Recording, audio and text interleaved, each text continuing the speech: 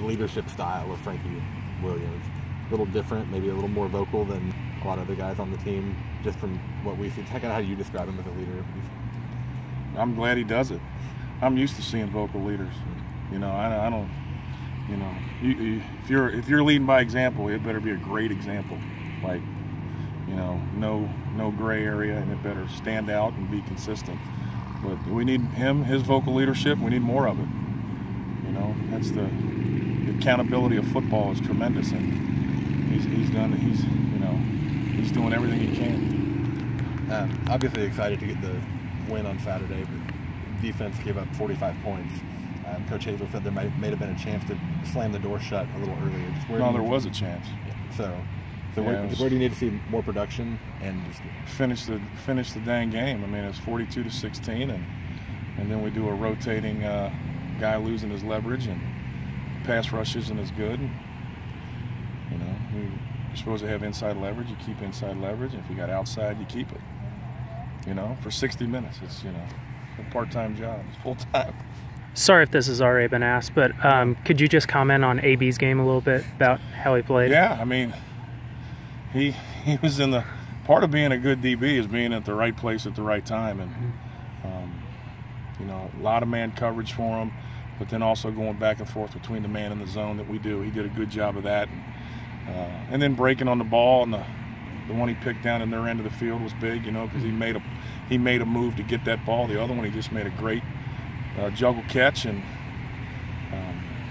it's just being where you're supposed to be, you know, and then, you know, ball's in the air, go get it. Yeah, and then also a little bit about you've done well against the run the last couple of games. What has really been, has that been a scheme thing, or guys just playing tougher? We're doing the same, you know, basically the same thing. It's just the willingness of the front has been better and penetrating better, and you know, not giving up the home runs, you know, the long runs and the big plays, and you shouldn't. If you got 200 guys in the box, and they shouldn't be able to run the ball. I mean, make them throw it. So I'd rather see a bunch of passing yards. So you get up on the run and get turnovers. That's the key to the game.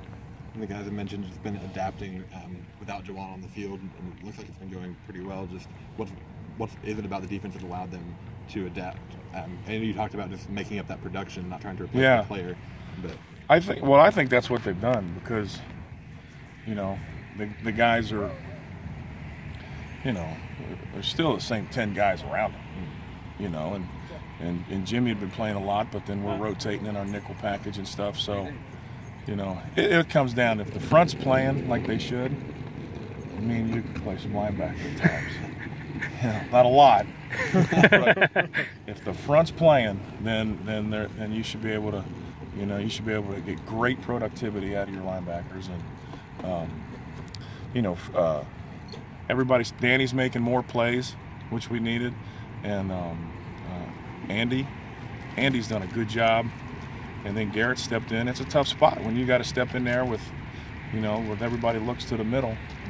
You know, he just went in there and tried to do his best and do his job, and that's what he's done. And not, you know, don't go in there and think you're going to be the guy in the middle jumping around, hooting and hollering. Just go in there and play football, and that's what he's done. But the guys around him have really done well. When you look at this coming Saturday with Illinois, maybe the offense has been struggling a little bit on paper. Just what do you focus need to be, and what do you watch for with them? Don't let them get better. You know, don't talk about a no-hitter. You know, we got to do our thing. We got, you know, from Wisconsin on, when you talk about playing the run, it's no coincidence that Evan Panful's playing his best football all of a sudden. So is Jake. Razon's stepped up. Jeelan's coming on. Miles is making plays. And when they're doing that, you know, it shouldn't change from what offense or defense is or how they're doing. You know, we gotta do our job. We gotta worry about us more than anything. This is a little bit of a fun question, but did you have a dad moment when Garrett picked up that fumble? You know what?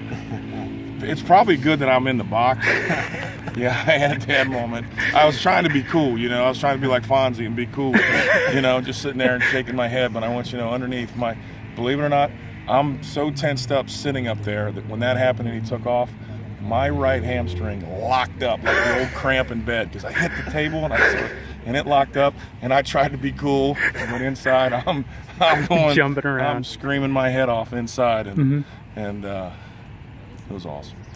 It was all the neater thing was after is I had 177 messages after the game. So that's a lot. Sure. And a lot of them were from phone numbers more than contacts. It was people getting my number that had seen Just it. somehow magically. I had a guy from Deer Park, Ohio I hadn't talked to in 25 years send me a text. Yeah, so that's the cool thing about it. What was your conversation with Garrett after the game? I was just proud of him. I was too busy high-fiving everybody. You know, and he, you know, he got to do the media thing, so he was off being the media darling. So I was a proud dad, big time, huge. A lot of coaches don't get to see their kid play, Let alone coach the kid. No, it's a tough deal. So I'm spoiled.